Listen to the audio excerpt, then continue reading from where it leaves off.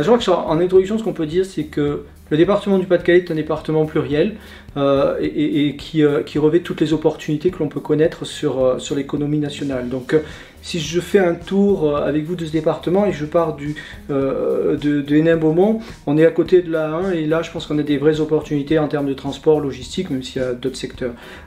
Quand j'avance un petit peu, je vais m'avancer sur le bassin minier, comme on disait, ou l'ex-bassin minier.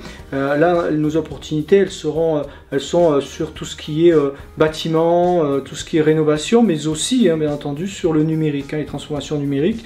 Et là, on a des futures opportunités qui vont arriver autour de la fibre optique par exemple. Quand on descend un petit peu sur la Rajoie, là, la Rajoie, et puis on va jusqu'à Bapaume, on a plutôt tout le secteur des services. Alors ça peut être le commerce, les services, et de l'industrie, parce qu'il y a aussi de l'industrie à cet endroit-là, et même de la métallurgie. Quand je poursuis ma démarche, je vais aller dans l'Audomarois. Là sur l'Audomarois, on a de l'agriculture, on est un département agricole avec de belles opportunités. On a bien entendu aussi tout ce qui correspond au service à la personne, même si c'est transverse à tout le département, un peu ce qu'on appelle la silver economy.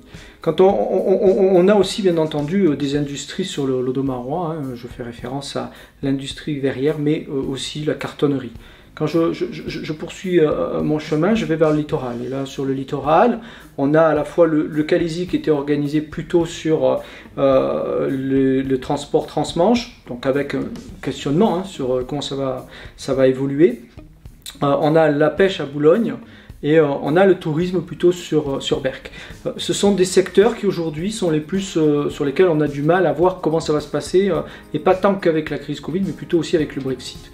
Pourtant, les opportunités existent sur ces territoires-là, il faut les avoir. Il y a de l'industrie, de transformation agroalimentaire, et il y a aussi, bien entendu, sur les services à la personne et du commerce. Donc on a un peu, ce qu'il faut retenir en conclusion, c'est ça, c'est que le département, il est très pluriel, et les opportunités, elles sont parfois réparties sur le territoire.